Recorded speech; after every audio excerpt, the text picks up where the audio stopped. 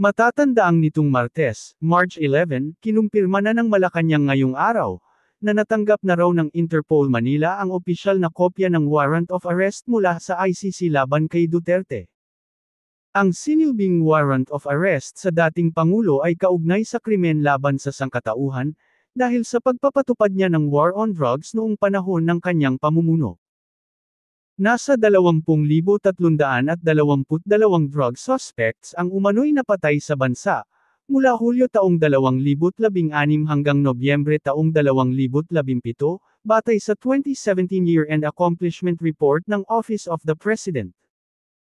At matapos ngang hulihin si ex-President Rodrigo Duterte, naglabas ng saloobin ang TV host, comedian, at director na si John Lapus, hinggil sa pagkakaaresto ng International Criminal Court, kay dating Pangulong Rodrigo Duterte.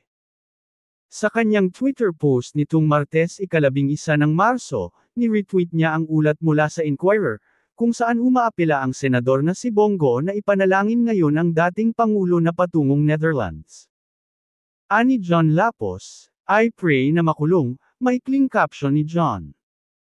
Agad namang umani ng samot-saring komento ang naturang post ng komedyante.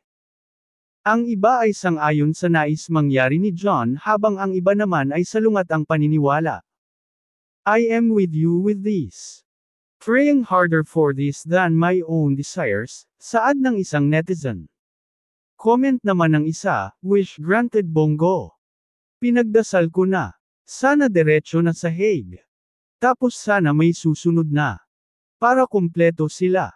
Sana makulong din ang mga lantarang nangurakot para sa ayuda kuno. Sana din hindi kayo bulag sa nangyayari ngayon.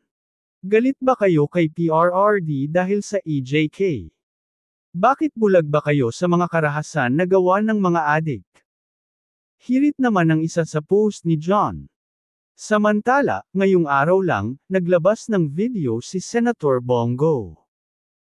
Matapos ang mahabang biyahe mula sa Pilipinas, nagbigay mensahe si dating Pangulong Rodrigo Duterte, bago ang paglapag ng kanyang sinasakyang eroplano sa Rotterdam, Netherlands nitong Miyerkules 12 ng Marso.